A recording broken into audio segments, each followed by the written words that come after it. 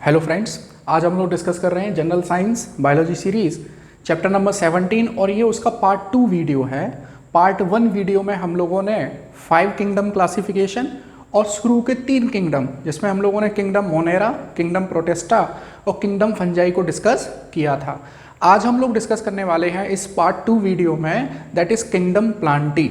हम लोग पादप जगत को यहाँ पर डिस्कस करने वाले हैं। तो देखिए, पादप जगत की जो सबसे इंपॉर्टेंट कैरेक्टरिस्टिक है वो ये है, पादप जगत की सबसे इंपॉर्टेंट कैरेक्टरिस्टिक जो है वो सबसे इंपॉर्टेंट कैरेक्टरिस्टिक है कि they are eukaryotic and multicellular and they all are autotrophs. देखिए, सबसे पहले तो यूकैरियोटिक मतलब ऐसी कोशिका है जो पूर्ण विकसित है, जिसमें जो न्यूक्लियस है वो पूर्ण विकसित है, और मल्टी सेलुलर है, इसमें एक से ज़्यादा प्रकार की कोशिकाएं पाई जाती हैं, और ये ऑटोट्रॉफ्स हैं, ये स्वपोषी हैं। स्वपोषी का मतलब है कि इनके अंदर क्लोरोफिल पाया जाता है और ये अपना भोजन खुद सनलाइट की उपस्थिति में और फोटोसिंथेसिस प्रोसेस के द्वारा बना लेते हैं। तो किंगडम प्लांटी पादप जगत की इंपॉर्टेंट कैरेक्टरिस्टिक आप लोगों के समझ में आई। अब समझिए कि हम लोग पादप जगत को भी 5 सब कैटेगरी में डिवाइड कर देते हैं। देखिए, जो पेड़ पौधे हैं उनमें भी 5 अलग अलग कैटेगरी पाई जाती हैं। उनमें सबसे पहली कैटेगरी जो है वो है थैलोफाइटा, ब्रायोफाइटा, टेरिडोफाइटा, जिम्नोस्पर्म और 5वां है एंजियोस्पर्म। अब इन 5 कैटेगरी में जो सबसे इंपॉर्टेंट क्वेश्चन बनते हैं वो मैंने आप लोगों के सामने यहाँ पर लिखे हैं, और कंपैरेटिव तरीके से हम लोग इसको पढ़ेंगे ताकि रटने की ज़रूरत आप लोगों को नहीं पड़ेगी। मैंने आपको स्टार्टिंग में बताया था कि चैप्टर जो है वो थोड़ा सा ब्रॉड है, हम लोग ज़्यादा डिटेल में नहीं जा सकते, तो फिर वो बायोलॉजी शुरू हो जाएगी।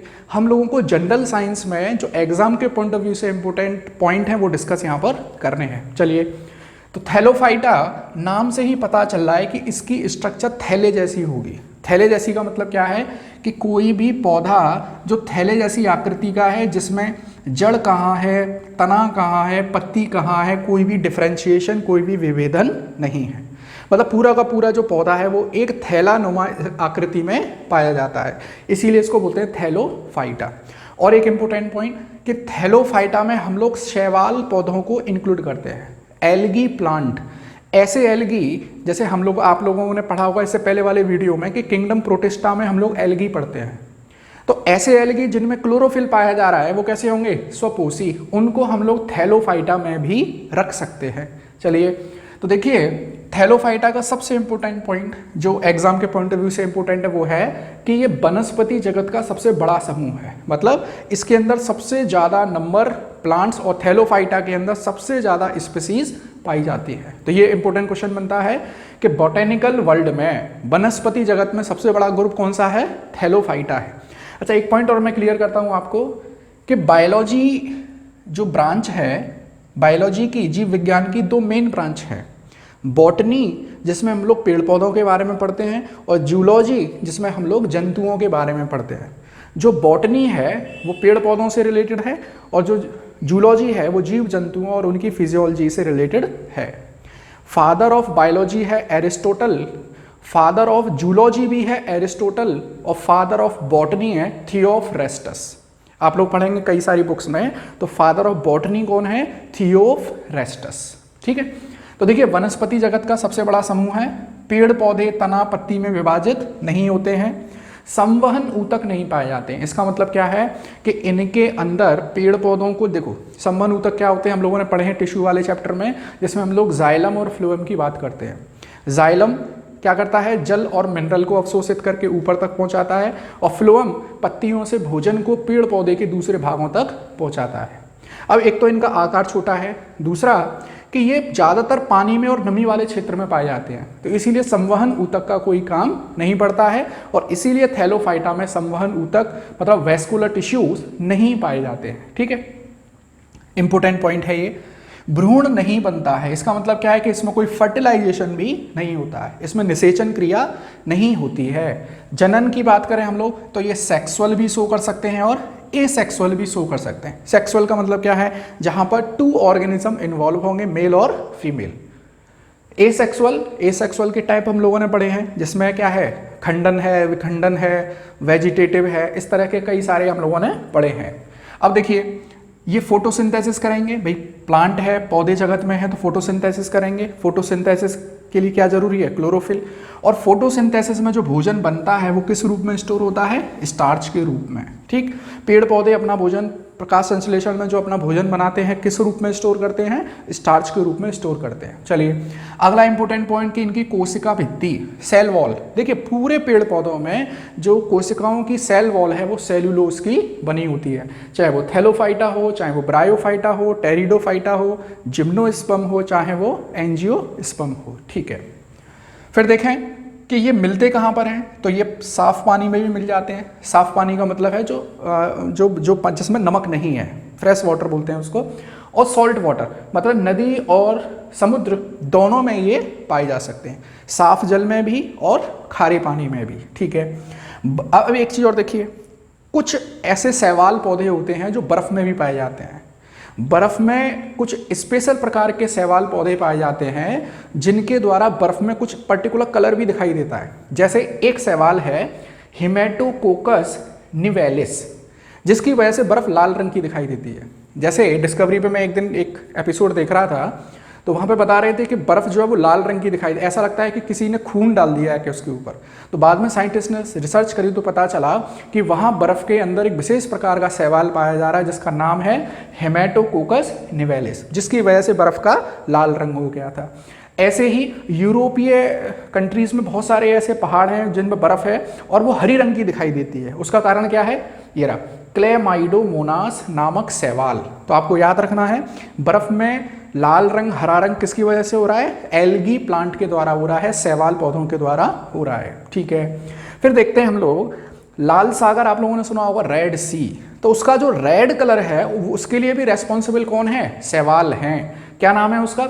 देखिए ट्राइकोडेस्मियम इरिथ्रियम। आपको नाम याद रखने हैं, 2-3 बार आप लोग ये वीडियो देखेंगे तो आपको नाम ये सारे याद हो जाएंगे। ट्राइकोडेस्मियम इरिथ्रियम। चलिए अगर हम लोग कुछ इकोनॉमिक इंपोर्टेंट एल्गी की बात करें तो कुछ इंपोर्टेंट एल्गी भी हैं जिससे हम लोगों को इकोनॉमिकली बहुत फ़ायदा होता है। जैसे रेड एल्गी से हमको ब्रोमीन मिलती है। ब्रोमीन आप लोग जानते होंगे हेलोजन एलिमेंट्स हैं। रेड एल्गी से हमको ब्रोमीन मिलता है और रेड एल्गी से ही हमको अगर अगर मिलता है। अब ये अगर अगर क्या है? आप लोगों ने देखा होगा अगर अगर आइसक्रीम में डाला जाता है उसको थोड़ा सा टाइट करने के लिए। तो रेड एल्गी से ब्रोमीन मिल रहा है और रेड एल्गी से आपको अगर अगर मिल रहा है। और एक लेमिनेरिया नामक शैवाल होता है, उससे हमको आयोडीन मिलता है। तो ये था इंपोर्टेंट शैवाल जो हमारे लिए फायदेमंद है। कुछ ऐसे शैवाल भी हैं जिससे हमको हानि होती है, जैसे सेफेलुरस। ये क्या करता है? जो चाय के बागान होते हैं वहाँ पर चाय के बागानों के बीच में उगा आता है और वहाँ पर रेड रस्ट नामक बीमारी उन चाय की पत्तियों के ऊपर कर देता है। तो ये हमारे लिए हानिकारक शैवाल भी है। क्या नाम है? सेफेलुरस। एक और इम्पोर्टेंट शैवाल है हमारे पास जिसका नाम है क्लोरेला। क्लोरेला हम लोगों ने पढ़ा है ये किंगडम प्रोटिस्टा में। देखिए क्लोरेला से एक एंटीबायोटिक मिलती है क्लोरेलिन, और ये क्लोरेलिन एंटीबायोटिक की तरह प्रतिजीवी की तरह हम लोग इस्तेमाल कर सकते हैं। तो देखिए डियर फ्रेंड्स, ये था थैलोफाइटा के बारे में सारे इंपॉर्टेंट पॉइंट। इससे ज़्यादा कुछ नहीं पढ़ना आप लोगों को। आप लोग कोई भी बुक उठा के देखेंगे तो आप लोगों को बड़ा कन्फ्यूज़न हो सकता है। तो वही कन्फ्यूज़न दूर करने के लिए मैंने ये सारे पॉइंट यहाँ पर एकदम कंपैरेटिव वे में लिखे हैं ताकि कोई भी कन्फ्यूज़न ना हो, क्योंकि बहुत सारे ऑप्शन मिलेंगे, 4 ऑप्शन मिलते हैं किसी भी क्वेश्चन को करने के लिए, कन्फ्यूज़ हो सकते हैं। तो इसीलिए अगर आप लोग कंपैरेटिव तरीके से पढ़ोगे तो कोई भी कन्फ्यूज़न नहीं होगा। चलिए अब हम लोग आते हैं second category, that is bryophyta. अच्छा एक पॉइंट और क्लियर करता हूँ आपको, अलग अलग साइंटिस्ट ने अलग अलग और इनको फर्दर क्लासीफाई किया है। जैसे एक साइंटिस्ट थे ओस्टवाल्ड टिप्पो, उन्होंने थैलोफाइटा को भी फर्दर बहुत सारी कैटेगरी में बांटा है, ब्रायोफाइटा को बांटा है।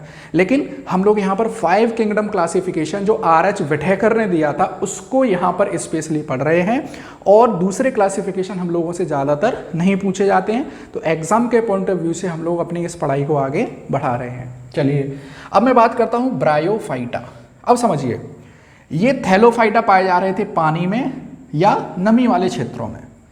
ये जो ब्रायोफाइटा है ये आ गए भूमि पर, मतलब भूमि पर सबसे पहले पेड़ पौधे जो उगे थे वो किस श्रेणी के थे? वो ब्रायोफाइटा श्रेणी के थे। ठीक, और एक चीज़, ये उगते तो जमीन पर हैं लेकिन इनका जो निषेचन है, इनका जो फर्टिलाइजेशन है वो पानी में होता है। तो एक तरह से इनको पादप जगत का उभयचर कहा जाता है, एम्फीबिया कहा जाता है। आप लोग जानते होंगे मेंढक को एम्फीबिया बोलते हैं हम लोग, उभयचर, जो धरती पे भी रह सकता है और पानी में भी रह सकता है।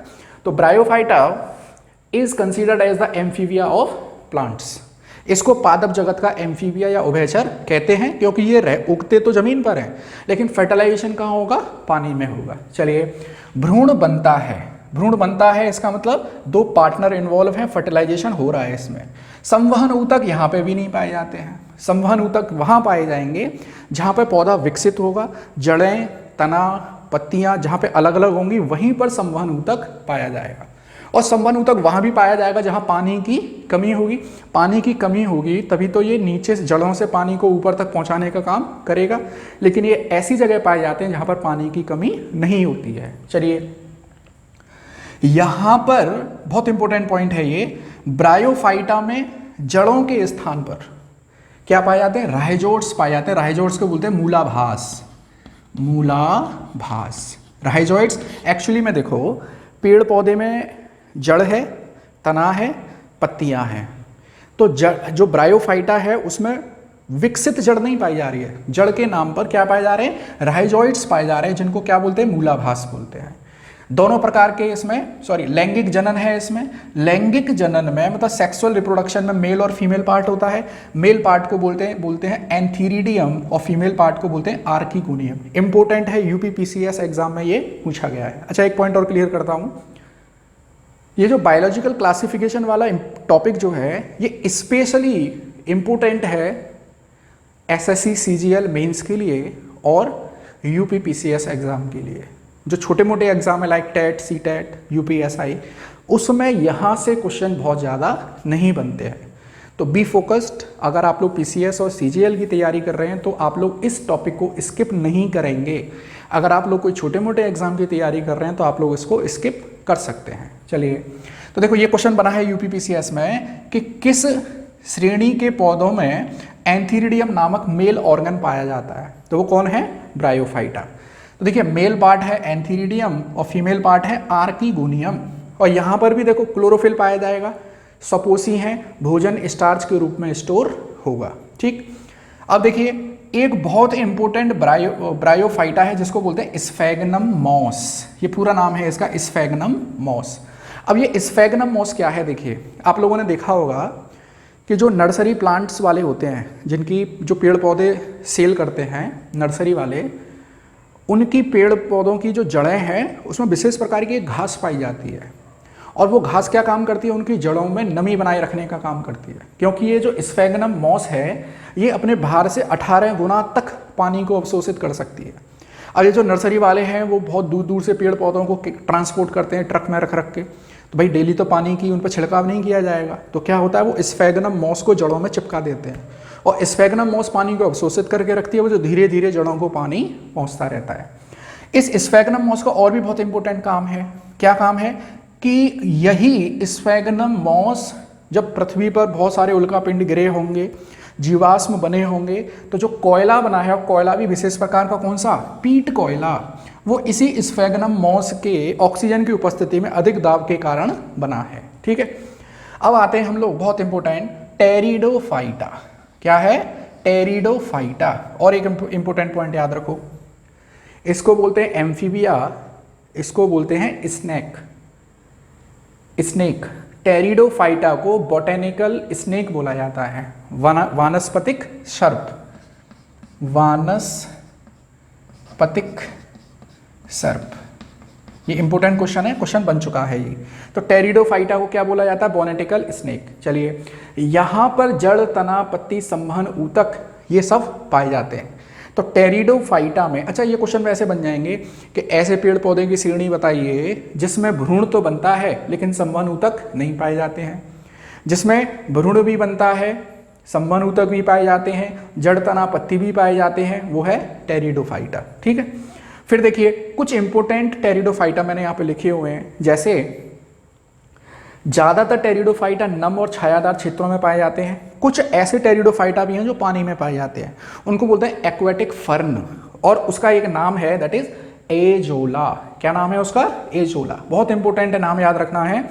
क्या करते हैं किसान, धान के खेत में इस एजोला को उगा लेते हैं और एजोला के साथ एक ब्लू ग्रीन एल्गी होता है एनाबीना, आपने नाम सुना होगा किंगडम प्रोटिस्टा में एनाबीना। तो ये जो एनाबीना है, सॉरी किंगडम मोनेरा में एनाबीना इसके साथ सिम्बायोटिक रिलेशनशिप में रहता है जो नाइट्रोजन फिक्सेशन का काम करता है। और ये एजोला इसीलिए भी इम्पोर्टेंट है कि ये जो मच्छरों के लार्वा होता है, जैसे धान के खेत में पानी भरा रहता है उसमें मच्छर आएंगे, मच्छर जानते हैं पानी में ही अपने लार्वा को जो है डेवलप करता है, तो एजोला क्या काम करेगा, मच्छरों के लार्वा को सांस लेने में दिक्कत प्रदान करता है, तो मच्छर के लार्वा वहीं पर मर जाते हैं। ठीक है, तो एजोला धान के खेतों में होता है। फिर इंपॉर्टेंट है लाइकोपोडियम, जिससे हम लोग मेडिसिन बनाते हैं। एक है टेरिडियम, जिससे पशुओं के लिए चारा मिलता है। एक और इंपॉर्टेंट है इक्विसीटम, इक्विसीटम जिससे हमको सोना प्राप्त होता है। बहुत कम मात्रा में सोना भी इससे पाया गया है रिसर्च के तौर पर। ठीक है, बहुत ज़्यादा मात्रा में नहीं मिला है। और एक और इंपॉर्टेंट पॉइंट इसमें मैं बताता हूँ आपको, दैट इज कि टेरिडोफाइटा में अल्ट्रेशन ऑफ जनरेशन होता है, पीढ़ी का रूपांतरण होता है, एक पीढ़ी से दूसरी पीढ़ी में गुणों का ट्रांसफर होता है, ऐसे समझ लीजिए। तो ये पूछा जाएगा कि किस श्रेणी में, पादप जगत की किस श्रेणी में पीढ़ी रूपांतर होता है, तो टेरिडोफाइटा में होता है। चलिए फिर आते हैं हम लोग फोर्थ कैटेगरी पे, बहुत इंपॉर्टेंट कैटेगरी है जिम्नोस्पर्म। अब यहाँ पर क्या चीज़ है, देखो यहाँ पर पेड़ पौधे जड़ में, तना में, पत्तियों में संवहन ऊतक पाए जाएंगे, बीज भी पाए जाएंगे, लेकिन बीज के ऊपर कोई आवरण नहीं पाया जाएगा। भाई जनरली क्या होता है कि बीज फल के अंदर पाए जाते हैं, यहाँ पर बीज फल के अंदर नहीं पाए जाएंगे। ठीक, तो सबसे पहले बीज किसमें बना, जिम्नोस्पर्म में, ये याद रखना है हमको। यहाँ तक कोई बीज का नामो निशान नहीं है, सबसे पहले बीज बनते हैं जिम्नोस्पर्म में, और वो भी कैसे, फल के अंदर नहीं बनते, वो ऐसे ही हवा में एक जगह से दूसरी जगह जाते हैं। देखो बीज में आवरण नहीं पाया जाता है, संवहन ऊतक पाए जाते हैं, और पॉलिनेशन परागण कैसे होगा, हवा के द्वारा। हवा चली, आंधी चली, तो एक जगह से दूसरी जगह उसके जो पॉलन ग्रेन्स हैं, जो पराग कण हैं, वो चले जाएंगे। जड़ों में एक सहजीवी कवक पाया जाता है, बहुत इंपॉर्टेंट पॉइंट है ये, समझिए। देखो कवक और एल्गी के साथ में जो सहजीवी संबंध है उसको बोलते हैं लाइकेन। कवक और टेरिडोफाइटा, सॉरी जिम्नोस्पर्म के साथ में जो सहजीवी संबंध है उसको बोलते हैं माइकोराइजा। क्या बोलते हैं, माइकोराइजा। इंपॉर्टेंट है, क्वेश्चन बनता है और बन चुका है। अब देखिए जिम्नोस्पर्म की ज़्यादा स्पीसीज नहीं है, 900 प्रकार की स्पीसीज है, और अधिकतर कैसी हैं, सजावट योग्य हैं। डेकोरेटिव प्लांट पाए जाते हैं, जैसे एक डेकोरेटिव प्लांट बहुत फेमस है एरोकेरिया, जिसको हम लोग क्रिसमस ट्री भी बोलते हैं। जो क्रिसमस ट्री है एरोकोरिया, वो जिम्नोस्पर्म है, उसमें फल नहीं बनता है, उसका बीज जो होगा वो हवा में ही एक जगह से दूसरी जगह पर चला जाएगा। चलिए अब इनके इंपोर्टेंस, इकोनॉमिक इंपोर्टेंस की बात कर लें। देखो साइकस, ये सारे इंपॉर्टेंट क्वेश्चन है, मैंने जो भी पॉइंट यहाँ पे लिखा है they all are very important, and वहाँ से क्वेश्चन एग्जाम में पूछे जा चुके हैं। मैंने कोई भी चीज़ एक्स्ट्रा आप लोगों को यहाँ पर नहीं लिखवाई है, जो भी क्वेश्चन बने हैं वो मैंने सब यहाँ पॉइंट में लिख दिए हैं। साइकस से क्या बनता है सर, साबूदाना, और साबूदाना को इंग्लिश में बोलते हैं सागो, SAGO।